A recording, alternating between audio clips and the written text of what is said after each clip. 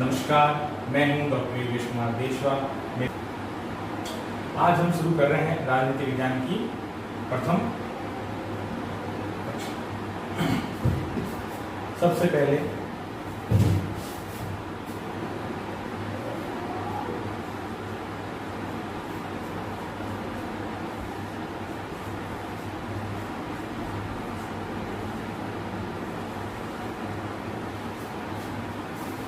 राजनीति विज्ञान। देखिए, राजनीति विज्ञान विषय की बात कर रहे हैं, ठीक है ना। अब हम बात करते हैं राजनीति। राजनीति जो वर्ड है वो दो शब्दों से मिलके बना है।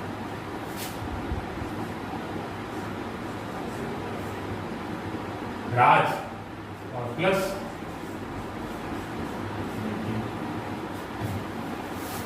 राज से क्या तात्पर्य है? राज्य।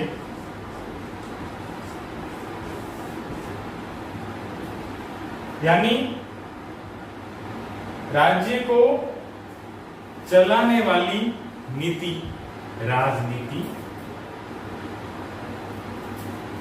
सीधा सा, राज्य को चलाने वाली नीति क्या है? राजनीति। अब राज्य जो है वो स्वयं चार चीजों से मिलकर बना होता है। राज्य कि हम राज्य किसे कहेंगे? राज्य क्या है? राज्य को चलाने वाली नीति राजनीति। लेकिन हम पहले ये तो सीखें कि राज्य क्या है। तो राज्य जो है वो चार चीजों से बना होता है। सबसे पहली बात, एक निश्चित भूभाग होना चाहिए। निश्चित भूभाग पहला।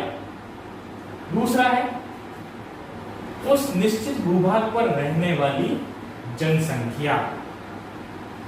तो राज्य के निर्माणकारी घटकों में सबसे पहला क्या है? निश्चित भूभाग। कि हमें एक जमीन चाहिए राज्य को बनाने के लिए। सबसे पहले एक जमीन होनी चाहिए, और दूसरा क्या है? उस जमीन पर रहने वाले रहवासी, यानी कि वहां पर जनसंख्या, वहां पर नागरिक होने चाहिए। और तीसरी, वहां का शासन। शासन क्या है? राजतंत्र है, लोकतंत्र है, जो भी, वहां का शासन। और लास्ट में फोर्थ नंबर का जो इसका निर्माण का जो सबसे महत्वपूर्ण घटक है, वो फोर्थ नंबर है, उसका नाम है संप्रभुता। क्या नाम है? संप्रभुता, सॉवरेंटी। संप्रभुता क्या होती है? राज्य की वह सर्वोच्च शक्ति जो राज्य के शासन तंत्र में निहित होती है, जिसका उपयोग वो राज्य के शासन को चलाने के लिए करता है। तो राज्य की सर्वोच्च शक्ति क्या होती है? संप्रभुता। तो ये चारों चीजें मिलकर जो है, जैसे हमारी ये 5 अंगुलियां हैं, वो मिलकर ये मुष्टिका बनाती है, यानी, है ना।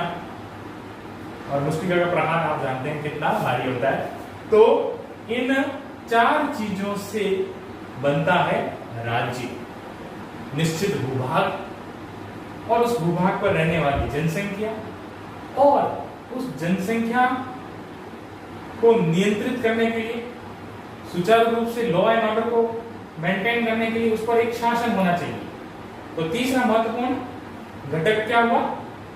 शासन तंत्र, सिस्टम। और वो सिस्टम कैसे चलेगा? कौन सी ऐसी पावर होगी, कौन सी ऐसी शक्ति होगी जिससे वो सिस्टम चलेगा?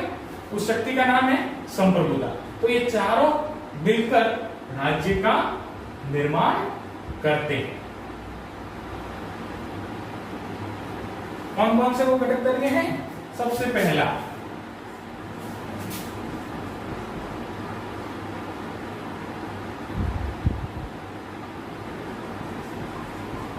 निश्चित भूभाग। दूसरा, उस निश्चित भूभाग पर निवास करने वाली जनसंख्या, और उस जनसंख्या को नियंत्रित करने के, लॉ एंड ऑर्डर करने के लिए वहां पर क्या होना चाहिए? शासन तंत्र होना चाहिए। और यह शासन तंत्र कैसे कार्य करेगा, कौन से पावर से कार्य करेगा? तो चौथा महत्वपूर्ण जो है वो है संप्रभुता। संप्रभुता को सॉवरेंटी भी कहते हैं, प्रभुसत्ता भी कहते हैं, सर्वोच्च शक्ति भी कहते हैं। तो जब ये चारों चीजें मिलती हैं तब राज्य का निर्माण होता है। यानी ये चारों चीजें हैं, इट मीन्स वो क्या कहलाएगा? राज्य कहलाएगा। और इस राज्य को हम कैसे चलाएंगे, कौन सी नीति द्वारा चलाएंगे, उसे हम राजनीति कहते हैं। ठीक है ना?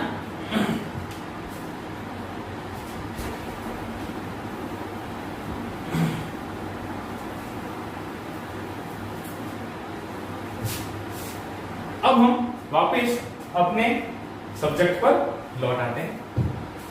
हमारा सब्जेक्ट है राजनीति विज्ञान, पॉलिटिकल साइंस। अब राजनीति विज्ञान अपने आप में बहुत ही विस्तृत विषय है, क्योंकि इसमें राजनीतिक चिंतन भी आ जाएगा, राजनीतिक विश्लेषण भी आ जाएगा, और राजनीति के समस्त विषय क्षेत्र, मतलब विस्तृत विषय क्षेत्र होने के कारण ये बहुत ही बड़ा सब्जेक्ट है और बहुत ही अच्छा सब्जेक्ट भी है। मैंने जो आपको पिछला जो मैंने आपको क्लासिफिकेशन बताया था सामाजिक विज्ञान की शाखाओं में, उन सभी शाखाओं में सबसे अच्छा सब्जेक्ट राजनीति विज्ञान है। अब इस विषय का हम अध्ययन कैसे प्रारंभ करें? ठीक है ना? राजनीति विज्ञान, ये तो पता चल गया हमें कि राजनीति विज्ञान विषय जो है वो सामाजिक विज्ञान का विषय। अब बात करते हैं राजनीति विज्ञान। देखिए, किसी भी विषय का अगर हमें अध्ययन करना है तो सबसे पहले उस विषय से संबंधित कुछ नियम और कायदों का हमें ज्ञान होना अति आवश्यक। जब तक हम उस विषय से संबंधित नियम कायदों के बारे में नहीं जानेंगे, जब तक हम उस विषय को नहीं समझ सकते। तो हम बात कर रहे हैं राजनीति विज्ञान का, तो राजनीति विज्ञान विषय जो है उसको हम कैसे समझेंगे, उसके ऊपर हम बात कर रहे हैं। देखिए, मैं बात कर रहा हूं किसी भी स्वतंत्र विषय के बारे में। कोई भी विषय, राजनीति विज्ञान का कोई कारण नहीं है, किसी भी विषय, चाहे आप कोई भी विषय मान लीजिए, किसी भी विषय का अगर हमें अध्ययन प्रारंभ करना है तो उससे पहले उस विषय से संबंधित कुछ नियम कायदे हमें ज्ञात होने चाहिए। तो वो नियम कायदे क्या है? नियम कायदे क्या है? उस नियम कायदे जो मतलब फर्स्ट हमारा स्टेप है वो है सिद्धांत। क्या है वो? सिद्धांत। देखिए, हम मकान बनाने का कार्य सपोज कीजिए मकान बना रहे हैं, तो मकान बनाने के लिए हम सबसे पहले क्या चीज बनाए? जब कंस्ट्रक्शन खड़ा होता है, इमारत खड़ी होती है, तो सबसे पहले हम किस चीज का बनाते हैं?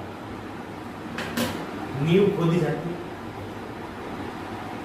वो नींव जो है वो इतनी बहुमंजिला जो फ्लैट्स आप देखते हैं, बहुत बहुत लंबी लंबी फ्लैट्स, उन सब का भार जो है वो कौन सहन करता है? नींव सहन करता है। नींव जो है वो इतनी बहुमंजिला जो है उसका भार सहन करती नींव, यानी नींव जो है वो बहुत ही इंपॉर्टेंट है। बेस, हमारा बेस जितना मजबूत होगा उतना ही उसकी लाइफ अच्छी रहेगी। मजबूत नींव है तो मकान की लाइफ बहुत अच्छी रहेगी, और अगर नींव ही हिल गई तो मकान ढहते देर नहीं लगेगी। इसलिए हमें ये पता करना है कि हम राजनीति विज्ञान की बात कर रहे हैं, तो राजनीति विज्ञान के अंदर वो कौन सी नींव है जिस नींव पर हम इस राजनीति विज्ञान को खड़ा कर रहे हैं, या ये कह सकते हैं कि राजनीति विज्ञान किस पर खड़ी है, उसकी नींव क्या है? हमारा प्रश्न यह है। तो देखिए, मैंने अभी बात की है किसी भी स्वतंत्र विषय का अध्ययन करना है, हमें उसका प्रारंभ करना है, तो सबसे पहले उस विषय से संबंधित हमें उसके सिद्धांतों का अध्ययन करना जरूरी है। क्योंकि सिद्धांतों का अध्ययन किए बिना हम किसी भी विषय को डायरेक्ट समझ नहीं सकते। तो हमें सर्वप्रथम उस विषय का अध्ययन करने से पहले उसके सिद्धांतों का अध्ययन करना पड़ता है।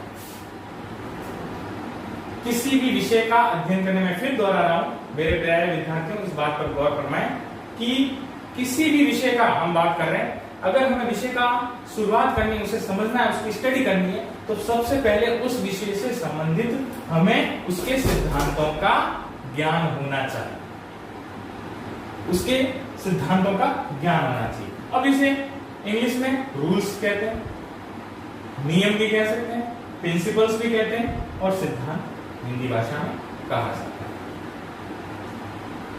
तो सिद्धांत जो है बहुत ही इंपॉर्टेंट चीज। अब प्रश्न उठता है कि भाई आपने ये तो कह दिया सर कि ये सिद्धांत है वो किसी भी सब्जेक्ट की नींव होती है, लेकिन भाई नींव जो है वो उस नींव का आविष्कार किसने करी है? तो भाई साहब जो गजदर होते, पहले जो कारीगर होते उसे गजदर कहा जाता था। तो गजदर क्या करता था, भाई नींव बनानी तो उसका दिमाग चला होगा कि भाई सबसे पहले हम जो मकान बनाना है तो नींवें खोदनी पड़ेगी, नींवें खोद के फिर उस पर कंक्रीट बिछानी पड़ेगी, फिर उस पर मसाला बिछाया जाएगा, फिर उसको उसकी ठुकाई होगी, बढ़िया सा उसे जमाएंगे, वो एकदम फ्रेश जम जाएगा, मजबूत इस टाइप हो जाएगा। उसको जो पानी से तराई वगैरह करके उसको नींव को मजबूत करके देखा जाता है कि अब ये भार सहन करने योग्य है, हमारी नींव एकदम बढ़िया होगी, सीमेंट और बजरी से ठोक ठोक के उस नींव को मजबूत कर दिया। अब इस पर चुनाई यानी कि उस पर जो है पत्थर रख के दीवार चुनी। वही बात मैं यहाँ पर कर रहा हूं। भाई मैंने ये कह दिया कि भाई किसी भी विषय की शुरुआत करनी है तो हमें सिद्धांतों की आवश्यकता है। तो भाई प्रश्न ये उठेगा बच्चों में कि सर सिद्धांत की बात करें तो ये सिद्धांत आया कहां से, सिद्धांत की क्या परिभाषा है, इसकी क्या इंपोर्टेंसी है, क्या महत्वपूर्णता है। देखिए सिद्धांत जो शब्द है, सबसे पहले हम ये जानेंगे कि ये सिद्धांत कहां से है, कौन से देश से है। सिद्धांत कहां से आया, इसकी उत्पत्ति कहां से हुई है। तो सबसे पहले हम बात करते हैं इसकी उत्पत्ति के बारे में।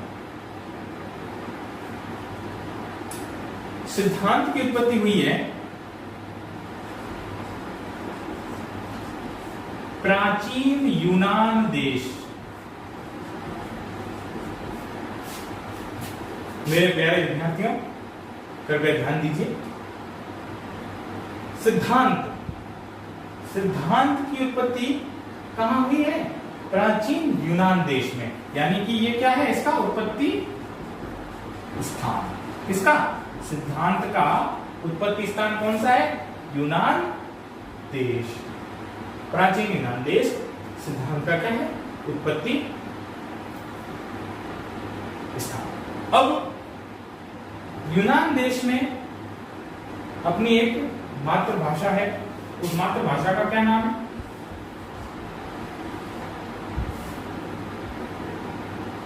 ग्रीक।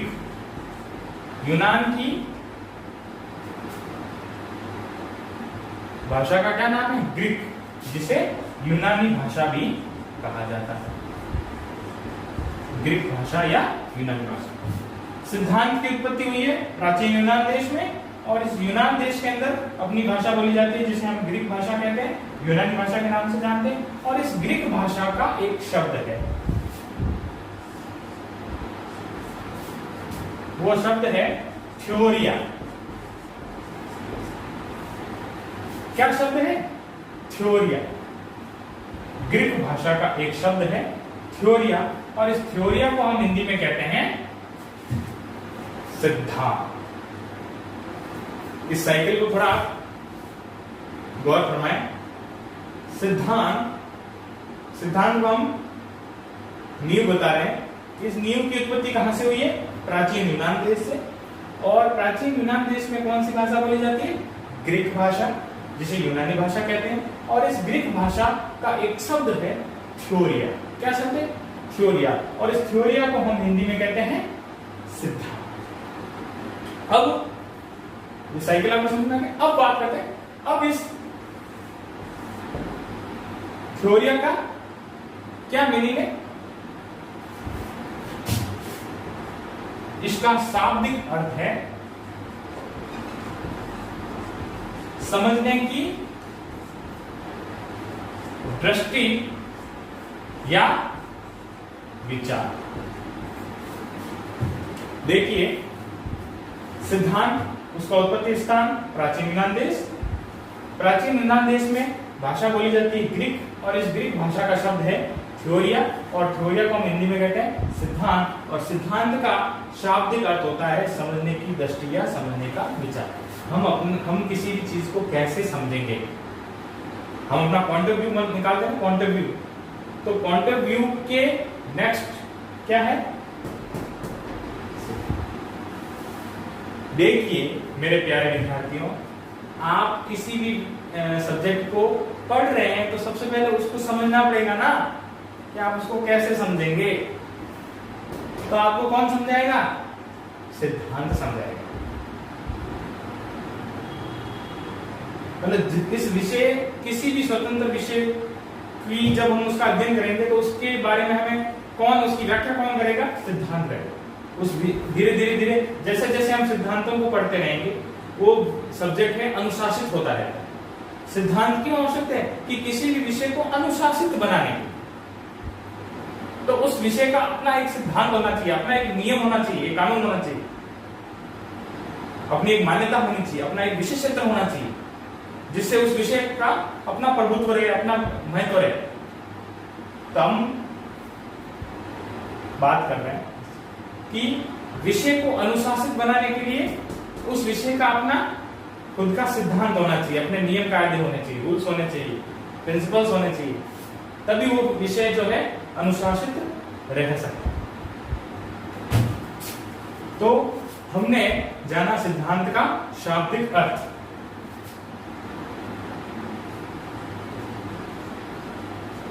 सिद्धांत का शाब्दिक अर्थ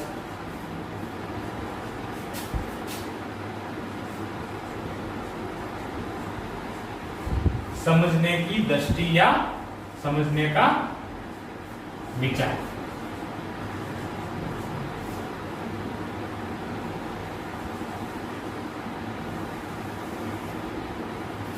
सिद्धांत का शाब्दिक अर्थ समझने की दृष्टि या समझने का विचार। अब बात करते हैं सिद्धांत की परिभाषा, डेफिनेशन ऑफ रूल्स या थ्योरी।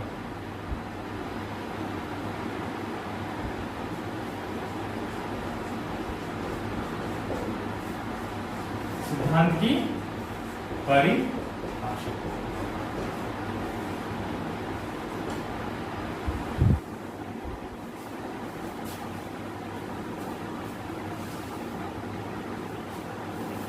सिद्धांत की परिभाषा।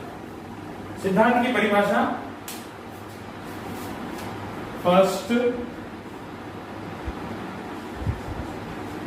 कार्ल पॉपर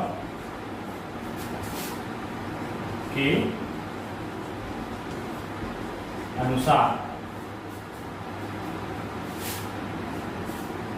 देखिए हम जब भी किसी राजनीति शास्त्र या किसी भी परिभाषा, किसी विचार की परिभाषा लिखते हैं तो सर्वप्रथम उसका नाम आता है। जैसे कार्ल पॉपर के अनुसार डैश करके डबल इन्वर्टेड कॉमा में, अब उसने जो बोला है, जो परिभाषा दी है वो लिख जाएगी, डैश डबल इन्वर्टेड कॉमा। सिद्धांत एक प्रकार का जाल है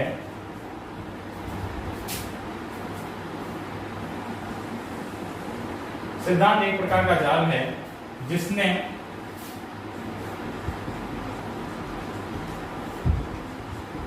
पूरे संसार को जकड़े रखा है,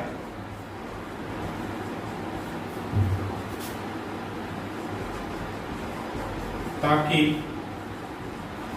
उसे समझा जा डबल इन्वर्टेड कॉमा खड़ी पड़ी। कार्ल पॉपर के अनुसार सिद्धांत एक प्रकार का जाल है जिसने पूरे संसार को पकड़े रखा है ताकि उसे क्या किया जा सकता है, समझा जा सकता है। देखिए, सिद्धांत एक प्रकार का जाल है जिसने पूरे संसार को पकड़े रखा है ताकि उसे समझा जा सके। इस परिभाषा को मैं आपको एक उदाहरण के रूप में समझाने की कोशिश करूं। देखिए, मान लीजिए ये क्लासरूम है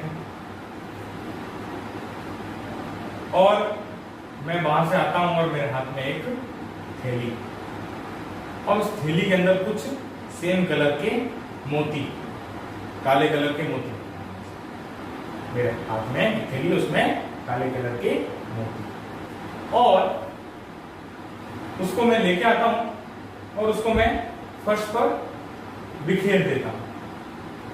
तो सारे विद्यार्थी बड़े आश्चर्यचकित होकर उस वाक्य को देखते हैं कि सर ने ये क्या किया है, ये जो है मोतियों को फर्श पर बिखेर दिया है।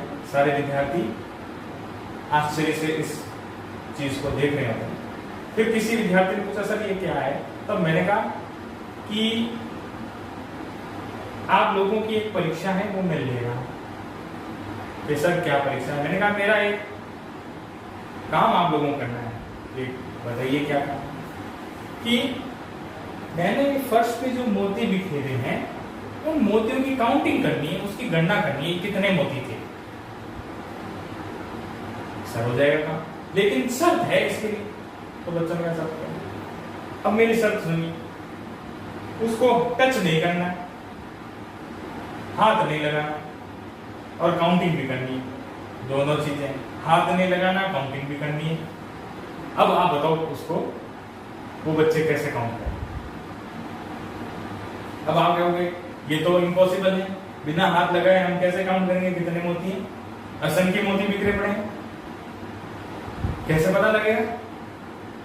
तो मैंने थोड़ा इसको इजी कर दिया। मैंने कहा भाई ये आप लोगों के लिए मैं कुछ क्रॉप्स रख रहा हूं, उन क्रॉप्स का यूज करते हुए आप इसकी काउंटिंग कर सकते हैं। और तो बोले कौन से दो क्रॉप्स हैं? तो मैंने टेबल मंगवाई और उस टेबल पर बहुत सारे सुई होती है ना, सुइयां, और बहुत सारे धागों के गट्टे, सुई और धागा, सुई धागा। तो सुई और बहुत सारे धागों के गट्टे मैंने उस टेबल पर रख दिए और मैंने मेरे विद्यार्थियों को बोला कि भैया ये दो क्रॉप्स हैं, आप इनका यूज करते हुए इन जो है इनका आप काउंटिंग कीजिए। अब बताइए आप कर सकते काउंट? बिल्कुल कर सकते हैं। उन बच्चों ने क्या किया, फटाक से सुइयां ली, धागा बोया और मोती लेके उसमें पिरो के सुंदर सुंदर मालाएं बना डाली। बहुत सारी मालाएं इकट्ठा हो गई और बच्चों ने कहा सर इतनी मालाएं हैं, इतने मोती हैं, टोटल इतनी माला, इतनी मोती। सर टोटल इन मालाओं बनाने में इतने मोती हमें। तो मेरा प्रश्न क्या था, गणना करना, और हमें गणना मिल गई। अब इस उदाहरण को आप इसमें इस परिभाषा पर वापस आता हूं। सिद्धांत एक प्रकार का जाल है जिसने पूरे संसार को पकड़े रखा है ताकि उसे समझा जा सके। अब मुझे ये बताइए कि जो ये उदाहरण है उसके अंदर, उस उदाहरण में सिद्धांत कौन सा है और संसार क्या है? दो शब्द इसके अंदर इंपॉर्टेंट है, सिद्धांत और संसार। अगर हमें संसार जो पूरी दुनिया है, वर्ल्ड है, उसका अध्ययन करना है तो हमें सिद्धांत रूपी जाल का उस पर आवरण करना पड़ेगा, अदरवाइज हम उसका अध्ययन नहीं कर सकते। तो अब देखिए, जो मोती बिखरे हुए थे उन मोतियों का कोई औचित्य था? कोई भी आता उन मोतियों से स्लिप हो जाता, गिर जाता, उसको चोट लग जाती। और दूसरा, उन मोतियों की मालाएं बन गई। अब वो माला किसी के गले में जाएगी तो उसके गले की शोभा बनेगी। तो जो चीज बिक्री हुई थी उसकी कोई उपयोगिता थी, लेकिन वो उपयोगी होगी। अब देखिए, धागा, सुई हमारी सपोर्ट में काम करती। धागा जो है, उन मोतियों को उस धागे ने क्या कर दिया, मोती पिरोए और ऊपर से हमने गांठ लगा, यानी उन मोतियों को हमने क्या कर दिया, जकड़ दिया। अब वो मोती उस माला के गोल गोल घूमेंगे, बाहर नहीं निकल सकते क्योंकि धागे को बांध दिया। उन मोतियों को हमने क्या कर लिया, जकड़ दिया। और मोतियों को जकड़ लिया, मोती जान सकते हैं, हम उनकी काउंटिंग अच्छे से कर सकते हैं। हम जब तक करते हैं माला, देखते हैं ना आप 108 माला, तो फटाक से हम उसको घुमा के फट ऐसा करके घुमा लेते हैं, वापस उल्टा काउंटिंग हो जाती है। आराम से हम अपनी ध्यान साधना कर सकते हैं। कहने का मतलब ये है कि हमारा जो संसार इतना विस्तृत है, इतना बड़ा है, कहीं पठार हैं, कहीं नदियां हैं, कहीं इतने सारे देश हैं, इतने महासागर है, इतना बड़ा वर्ल्ड है। तो हम उतने बड़े संसार को हम कैसे समझेंगे? तो उस संसार पर सिद्धांत रूपी जाल है, और उस जाल की वजह से वो क्या है, अध्ययन करने योग्य हो गया, ताकि हम उसको समझ सकें। मैंने क्या लिखा है, सिद्धांत एक जाल है जिसने पूरे संसार को जकड़े रखा है ताकि उसे समझ सके। तो अब संसार जो है, उस पर सिद्धांत का जाल आने से उसे हम आराम से इजी वे में समझ सकते हैं। क्यों? जब हम उसको नियमबद्ध कर सकते हैं, क्रमबद्ध कर सकते हैं। भाई ये संसार है, इसमें इतने महासागर है, इतने ये हैं, इतने देश हैं, इतनी नदियां बहती है, इतना ये बहता है। तो उसको अनुशासित कर दो। तो हम अनुशासित विषय को, मतलब किसी भी विषय को अगर अनुशासित करना है तो सिद्धांतों की आवश्यकता होती है।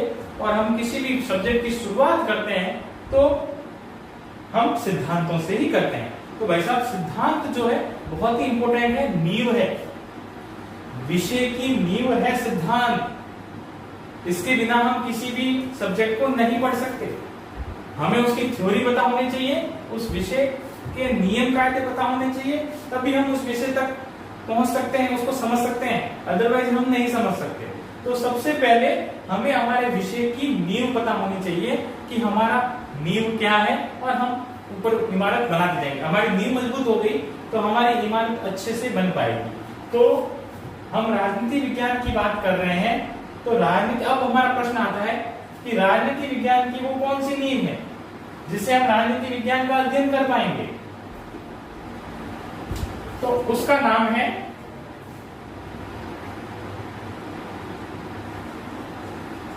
राजनीति सिद्धांत। अब हमने सिद्धांत को किसके साथ जोड़ दिया? राजनीतिक साथ में। तो हमारे सामने एक नया वर्ड आ गया, राजनीति सिद्धांत, पॉलिटिकल थ्योरी। पॉलिटिकल थ्योरी, राजनीतिक सिद्धांत। अब हम ये कह सकते हैं कि राजनीति विज्ञान जो विषय है, इस विषय की शुरुआत हमें कहां से करनी पड़ेगी? राजनीतिक सिद्धांतों से करनी पड़ेगी। या यूं कह सकते हैं कि राजनीति विज्ञान की नींव क्या है? राजनीतिक सिद्धांत, पॉलिटिकल थ्योरीज। यहां से हम इस विषय का अध्ययन प्रारंभ कर सकते हैं। तो राजनीतिक सिद्धांत जो है वो हमें राजनीति विज्ञान की जो है व्याख्या करेगी। अब हम बात करते हैं राजनीतिक सिद्धांत के शाब्दिक अर्थ की, कि राजनीतिक सिद्धांत है क्या। तो राजनीतिक सिद्धांत राजनीति के विस्तृत विवेचन या व्याख्या से, कि राजनीतिक सिद्धांत क्या है, कि राजनीति का विस्तृत विवेचन या विस्तृत व्याख्या, यानी कि राजनीतिक सिद्धांतों के अंतर्गत हम राजनीति विज्ञान की विस्तृत व्याख्याएं करेंगे, उसे और डीप में समझने की कोशिश करेंगे विस्तृत विवेचना के साथ। तो राजनीतिक सिद्धांत हमारे लिए बहुत ही इंपॉर्टेंट है। राजनीति विज्ञान विषय अपने आप में बहुत बड़ा विषय है। और उस विषय को अनुशासित कौन कर रहा है? ये राजनीतिक सिद्धांत। और इसलिए हम राजनीति विज्ञान की शुरुआत करने के लिए सबसे पहले राजनीतिक सिद्धांतों का पढ़ना अनिवार्य है, इनको समझना, और इसके अनुसार हम धीरे धीरे राजनीति विज्ञान की व्याख्याओं को समझें। तो राजनीतिक सिद्धांत के अंदर कौन कौन सी चीजें आ गई कि भाई राजनीतिक सिद्धांत जो है राजनीति विज्ञान के समस्त विषय क्षेत्रों का हम किस प्रकार से अध्ययन करेंगे, कौन कौन सी विधियां होगी, कौन से सिद्धांत होंगे, नए सिद्धांतों को कौन मान्यताएं देगा, राजनीतिक समस्या आ गई, कोई पॉलिटिकल प्रॉब्लम्स आ गई, उसकी सॉल्यूशन कहां से होगी? राजनीतिक सिद्धांतों के माध्यम से होगी। यानी कि राजनीतिक सिद्धांत बहुत ही इंपॉर्टेंट हो गया और इसके माध्यम से हम राजनीति विज्ञान को हम इजीली समझ सकते हैं। तो राजनीतिक सिद्धांत राजनीति विज्ञान की नींव है और राजनीति विज्ञान के अध्ययन के लिए, राजनीति विज्ञान के अध्ययन के लिए हमें सर्वप्रथम राजनीतिक सिद्धांतों का अध्ययन करना पड़ेगा। तो ये यहां तक किसी प्रकार की कोई डाउट नहीं है सर? अगर कोई समस्या है तो आप मुझे कमेंट करके बता सकते हैं कि क्या। तो हमने सिद्धांतों के बारे में पढ़ा कि सिद्धांत क्या है, कि किसी भी विषय की शुरुआत हम सिद्धांतों के बिना सोच ही नहीं सकते, हमें उसके सिद्धांतों को पढ़ना जरूरी है। और अगर हमें राजनीति विज्ञान का अध्ययन करना है तो सबसे पहले उसकी जो नींव है यानी कि राजनीतिक सिद्धांतों का अध्ययन करना अति आवश्यक है। और राजनीतिक सिद्धांतों का शाब्दिक अर्थ क्या है? राजनीति की विस्तृत व्याख्या या विवेचना करना है।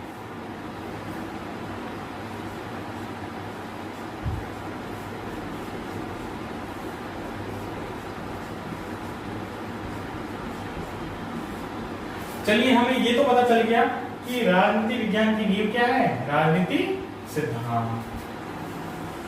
अब राजनीति सिद्धांत की दो धाराएं होती हैं, धाराएं कह लीजिए या दो मेथड कह लीजिए, दो तरीके कह लीजिए, मतलब दो तरीके होंगे, उन तरीकों के माध्यम से हम राजनीति विज्ञान को समझेंगे। तो राजनीतिक सिद्धांत की दो धाराएं। प्रथम धारा क्या है?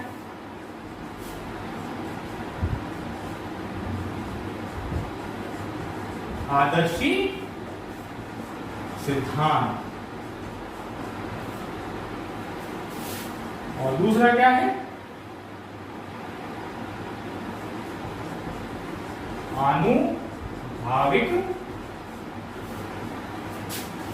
सिद्धांत।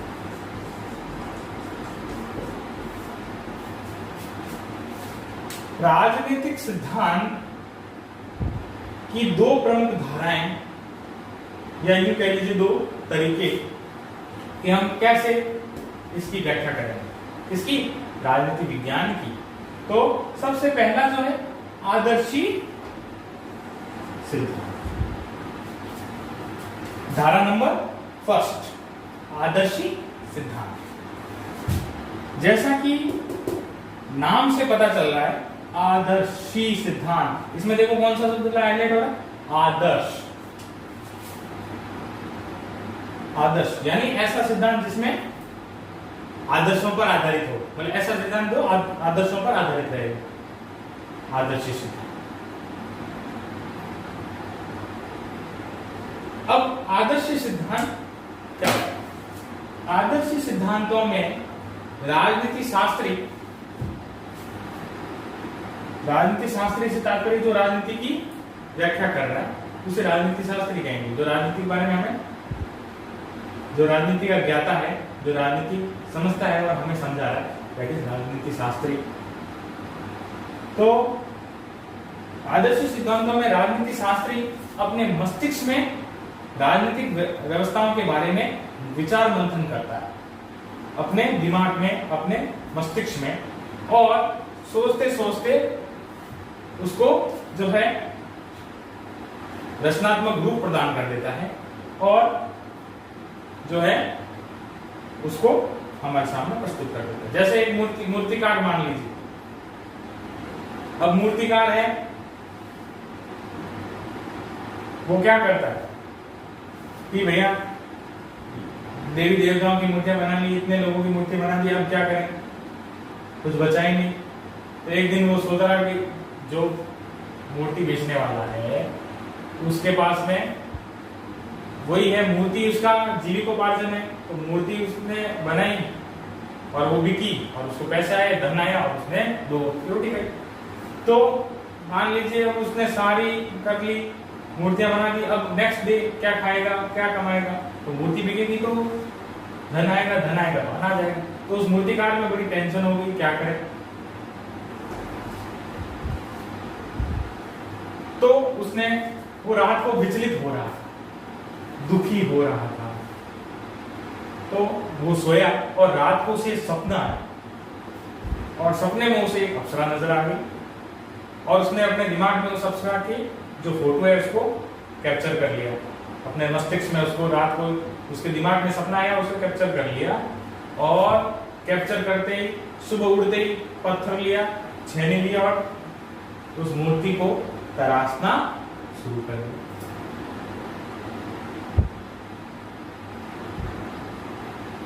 मतलब जो चीज है ही नहीं, जो उसकी कल्पना थी, उस कल्पना को उसने साकार कर दिया उस मूर्ति के रूप में। मतलब उसकी स्वयं की सपना उसका खुद का था, ठीक है ना, किसी और को नहीं आया, लेकिन उस सपने को उसने अपने मस्तिष्क में रखा और उस जो छवि को कैप्चर कर लिया और सुबह उठते ही पत्थर छेनी उठाया और उसको मूर्त रूप प्रदान कर दिया और वो मूर्ति जो उसके सपने में थी वो साक्षात उसके सामने आ गई। समझ रहे हैं विद्यार्थियों, ये उदाहरण आदर्श सिद्धांतों में एकदम परफेक्ट बैठता है। उस मूर्तिकार की तरह ही राजनीति शास्त्री होते हैं जो राजनीतिक व्यवस्थाओं को अपने मस्तिष्क में लेते हैं और सोचते हैं कि इस पर क्या होना चाहिए और उस कल्पना कर लेते हैं और कल्पना करते करते वो इतने ऊपर पहुंच जाते हैं कि अपने आप को सोचते हैं कि हम तो आकाश में बैठे हैं और ऊपर से धरती को देख रहे हैं, धरती कितनी सुहानी नजर आ रही है। मतलब इतने काल्पनिक और इतने मतलब इतने डूब जाते हैं वो अपने आदर्शों में और अपनी कल्पनाओं में कि वो अपने धरातल पर भी यकीन नहीं रहते हैं, सातवें आसमान पर पहुंच जाते हैं। इतना मतलब उनका जो है। तो आदर्शी सिद्धांतों में कल्पना को साकार करना, तो मैंने इसका नाम रख दिया सब कल्पना का सागर, ठीक है ना। ये राजनीति विज्ञान की जो नींव है, राजनीति सिद्धांत, उसकी जो प्रथम धारा है जिसे हम आदर्श सिद्धांतों के नाम से जानते हैं। आदर्श सिद्धांतों में राजनीति शास्त्री राजनीति की व्यवस्थाओं को अपने मस्तिष्क में रखता है और उस पर विचार बंधन करके उसको अपनी कल्पना करके और उस कल्पना को जो है मूर्त रूप प्रदान कर देता है और उसे अपनी थ्योरी बना। ये चीज, इसका एक उदाहरण मैं आपके सामने रखूं, जैसे प्लेटो का नाम आपने सुना ही होगा, बहुत ही बड़े दार्शनिक थे। दार्शनिक एक बात मैं आपको बता दूं, जैसे हम हिंदुस्तान में राजनीति विज्ञान के ज्ञाता जो होता है, विद्वान होता है, उसको कहते हैं राजनीति शास्त्री या राजनीति का विद्वान, ठीक है ना। उसी प्रकार जो हमने यूनान देश की बात की थी, यूनान देश के अंदर राजनीति शास्त्री को दार्शनिक की संज्ञा दी जाती है, मतलब दार्शनिक वर्ड बोला जाता है। मतलब ऐसा व्यक्ति इतना बड़ा ज्ञाता है जो दूर तक सोचता है, दार्शनिक जिसकी दृष्टि दूर तक जाए, वो भांप लेता है भविष्य में क्या होगा, किस प्रकार क्या होगा, मतलब बहुत बड़ा विद्वान दार्शनिक। तो प्लेटो एक महान दार्शनिक थे जो यूनान देश में जन्मे थे। तो प्लेटो ने एक वो भी इसी मेथड को यूज करते थे, कौन से, आदर्शी सिद्धांतों को। तो प्लेटो की एक कल्पना थी, प्लेटो की आदर्श कल्पना, उस आदर्श कल्पना में सबसे पहला तो था दार्शनिक राज्य और दूसरा था दार्शनिक राजा। प्लेटो की एक आदर्श कल्पना थी जिसमें एक दार्शनिक राज्य जो बहुत ही सदाचारी होगा, शिष्टाचारी होगा, आदर्शवादी होगा, सत्यता उसमें रहेगी, मतलब एकदम प्योर ऐसा राज्य जहां दुराचार कुछ है ही नहीं, सदाचार ही सदाचार, आदर्शी है, शिष्टाचारी है।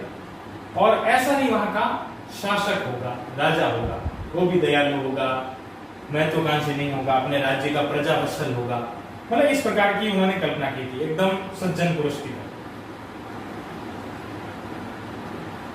संत की बात, एक संत होता है उसको कोई भी लोभ लालच नहीं होता है, वो सबके लिए सार्वजनिक रूप से भला करता है। तो प्लेटो ने भी ऐसा ही कहा कि एक राजा भी ऐसा सन्यासी जैसा होना चाहिए जो कोई भी जो है द्वेष वगैरह कुछ भी नहीं रखे, ना कोई महत्वाकांक्षा रखे, केवल अपनी प्रजा की भला के लिए काम करे।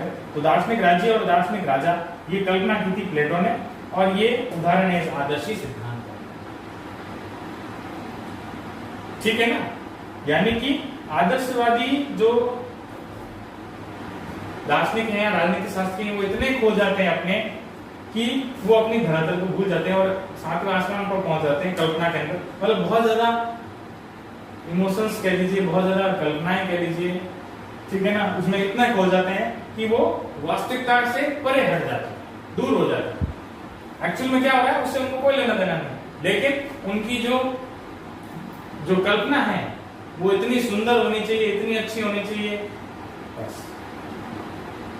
तो आदर्शी सिद्धांत।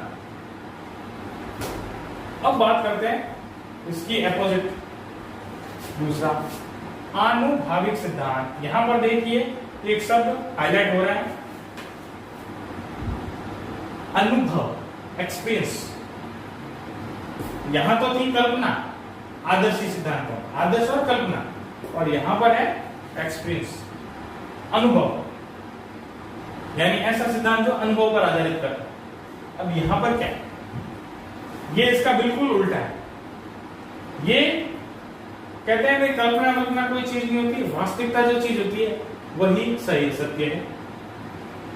तो इसमें राजनीति शास्त्री क्या करते हैं, राजनीतिक सिद्धांतों की धारा नंबर 2, आनुभविक सिद्धांत। इसके अंतर्गत राजनीति शास्त्री राजनीति के क्षेत्र में जाते हैं और वहां पर राजनीतिक समस्या के बारे में पता करते हैं कि भाई राजनीतिक समस्या कहाँ आई है, किधर आई है, उस समस्या से संबंधित तथ्यों का संकलन करते हैं और उन तथ्यों के संकलन के बाद उसका विश्लेषण किया जाता है, और विश्लेषण करने के पश्चात हमारे सामने उस निष्कर्ष को रखा जाता है कि भाई एक्चुअल में वो समस्या क्यों है।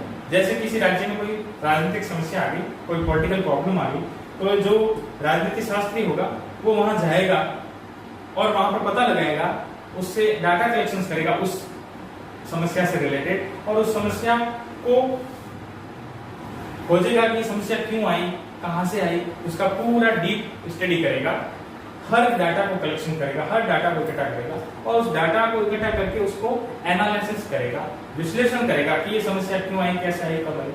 उन सब डाटा को इकट्ठा करके एनालिसिस करने के पश्चात प्योर जो है वो रिजल्ट निकलेगा, कंक्लूजन जिसे कहा जाता है, वो प्योर शुद्ध जो है। आप देखते हैं छाछ से अपन मक्खन निकालते हैं, मक्खन से घी निकालना कितना डिफिकल्ट है, उसको कितना मथना पड़ता है ना। तो उसको मथ के, यानी कि उसका एनालिसिस करके प्योर घी जो मक्खन निकलता है। तो राजनीति विज्ञान की जो स्टडी करने का जो तरीका है दूसरा नंबर का, वो है आनुभाविक सिद्धांत, ठीक है ना। इसके अंतर्गत हम पूरा उसकी वास्तविकता की परख करते हैं, वास्तविकता तक पहुंचते हैं और प्योर शुद्ध कंक्लूजन, निष्कर्ष निकाल के लाते हैं। तो ये दोनों ही अपोजिट हैं, ठीक है ना। आदर्शी सिद्धांतों में कल्पना पर आधारित, आदर्शों पर आधारित, शिष्टाचार पर आधारित, वास्तविकता से कोई मतलब नहीं है।